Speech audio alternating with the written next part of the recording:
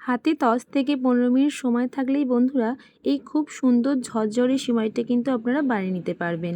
আর এইভাবে একবার সিমাই বানিয়ে খেয়ে দেখুন, অন্যরকমভাবে সিমাই বানিয়ে খেতে ইচ্ছেই করবে না, এতটা সুন্দর খেতে লাগে। নমস্কার বন্ধুরা, আমি অসীমা। অসীমাস কিচেনে আপনাদের সবাইকে আবারও একটি নতুন রেসিপিতে স্বাগত জানাই। আশা করছি আমার আজকের রেসিপিটি আপনাদের খুবই ভালো লাগবে। রেসিপিটি ভালো লাগলে অবশ্যই কিন্তু একটা লাইক করে দেবেন, আর চ্যানেলটির সাথে জুড়ে থাকার জন্য অবশ্যই কিন্তু চ্যানেলটিকে সাবস্ক্রাইব করে নিতে হবে। চলুন তাহলে রেসিপিটি বানানো শুরু করা যাক।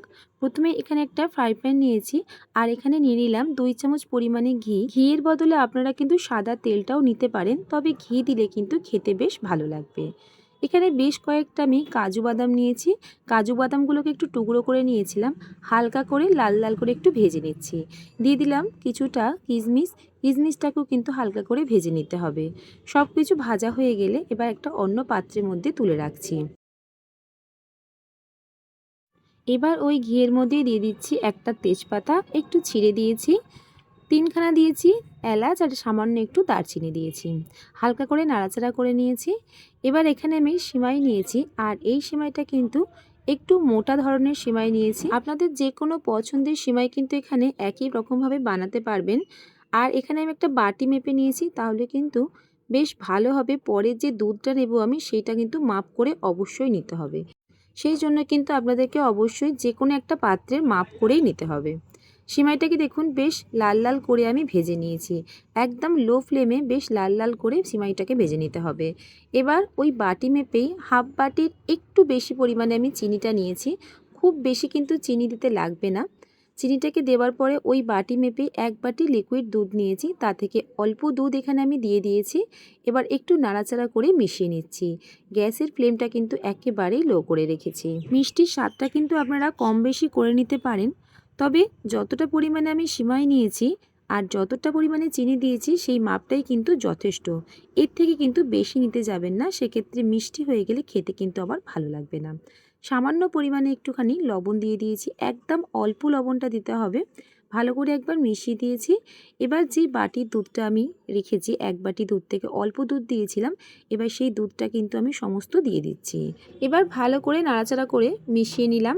গ্যাসের আঁচটা কিন্তু একেবারেই লো করেই রাখতে হবে।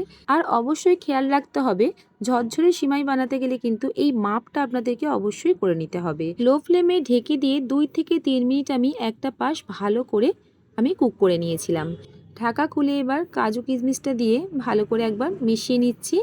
আর একটা পাশ কিন্তু ঠিক এইভাবে আস্তে আস্তে করে আমি উল্টিয়ে দিচ্ছি। একবার এইভাবে ঝরঝরে সিমাইটা বানিয়ে খেয়ে দেখতে পারেন। অন্যরকমভাবে সিমাই বানিয়ে খেতে ইচ্ছেই করবে না, এতটা সুন্দর খেতে হয়। একটা পাশ আবারও উল্টিয়ে দিয়ে একইভাবে ঢেকে দিচ্ছি 2 থেকে 3 মিনিটের জন্য। 2-3 মিনিট পর ফিরে এলাম। সিমাইটা দেখুন একেবারেই তৈরি হয়ে গেছে। খুব বেশি কিন্তু সময় লাগে না।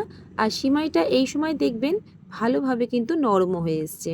তবে এখন কিন্তু ঝরঝরে হবে না, কিছুক্ষণ ভালো করে আগে ঠান্ডা করে নিতে হবে। ঠান্ডা করে নেবার পর কিন্তু সিমাইটা একেবারেই ঝরঝরে হয়ে যাবে। গ্যাসের আঁচটা কিন্তু এই সময় আমি একদম অফ করে দিয়েছি। আর অফ করে এইভাবেই আমি ঢেকে ঠান্ডা করে নেব। বেশ কিছুক্ষণ একটু সময় লাগবে ঠান্ডা হতে।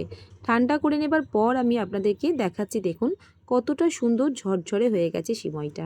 যতটা বন্ধুরা দেখতে সুন্দর হয়, খেতেও কিন্তু ভীষণ ভালো লাগবে। অবশ্যই কিন্তু একবার এইভাবে ঝরঝরে সিমাইটা বানিয়ে খেয়ে দেখতে পারেন। এবার একটু হাতে করে করে ছাড়িয়ে নেব। এমনিতে কিন্তু ভালোই ঝরঝরে হয়ে গেছে, তবে একটু হাতে করে ছাড়িয়ে নিলে দেখতে বেশ ভালো লাগবে। আর দেখুন সিমাইগুলো কিন্তু খুব সুন্দরভাবে নরমও হয়ে গেছে। আমি এখানে মোটা সিমাইটা নিয়েছিলাম বলে কিন্তু দুধের পরিমাণটা 1 বাটি নিয়েছি। যদি আপনারা এখানে পাতলা সিমাইটা নেন, সেক্ষেত্রে কিন্তু দুধের পরিমাণটা একটু কমিয়ে নেবেন। তা নাহলে কিন্তু এতটা ঝরঝরে হবে না, আর নরম হয়ে যাওয়ার খুবই সম্ভাবনা থাকবে। দুধের পরিমাণটা অবশ্যই আপনারা কিন্তু একটু খেয়াল করে নেবেন। সমস্ত মাপ যদি ঠিক থাকে, আপনাদেরও কিন্তু এই সিমাইটা বানাতে কোনো রকম অসুবিধাই হবে না। দেখুন কতটা সুন্দর ঝরঝরে হয়েছে। অবশ্যই কিন্তু বন্ধুরা বাড়িতে একবার বানিয়ে দেখবেন। আমার আজকের রেসিপিটি আপনাদের কেমন লাগলো অবশ্যই কমেন্টে জানাবেন। যদি বাড়িতে বানান অবশ্যই কমেন্ট বক্সে জানাতে একেবারে ভুলবেন না যে খেয়ে আপনাদের কেমন লাগলো। আর আপনি যদি আমার চ্যানেলে নতুন বন্ধু হয়ে থাকেন, অবশ্যই চ্যানেলটিকে সাবস্ক্রাইব করে নিয়ে আমার পাশে থাকবেন। আর এই ভিডিওটি যদি আমার ফেসবুক পেজ থেকে আপনি দেখে থাকেন, অবশ্যই আমার পেজটিকে ফলো করে নেবেন। আজকের মতন তাহলে আসি, আবারও দেখা হচ্ছে অন্য কোনো রেসিপির সাথে। ভালো থাকবেন, সুস্থ থাকবেন।